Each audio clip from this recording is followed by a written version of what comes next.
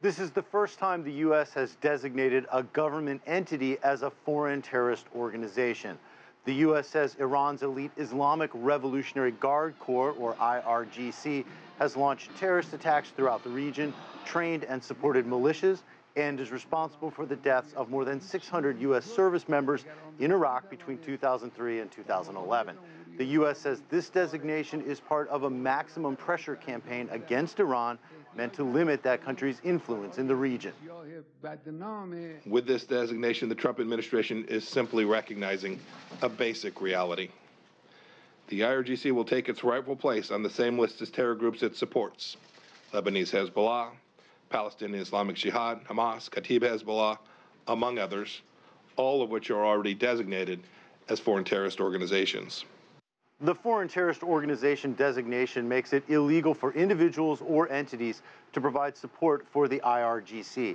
The U.S. can freeze assets and limit travel of those linked to the group. There are about 125 to 150,000 members of the IRGC, but the impact will be felt far beyond just those soldiers.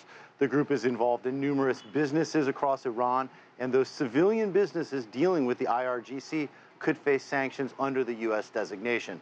The IRGC also has ties to businesses and government officials across the Middle East. Lawmakers in Iraq and Lebanon may be targeted by this U.S. designation.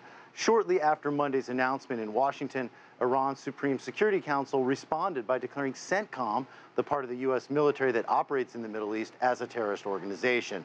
There are about 5,000 U.S. troops in Iraq and another 2,000 in Syria.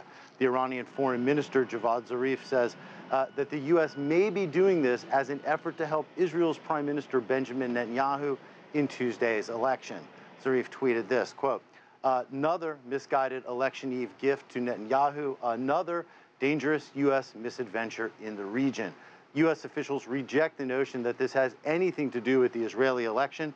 The designation goes into effect April 15th. Jim Spellman, CGTN, Washington.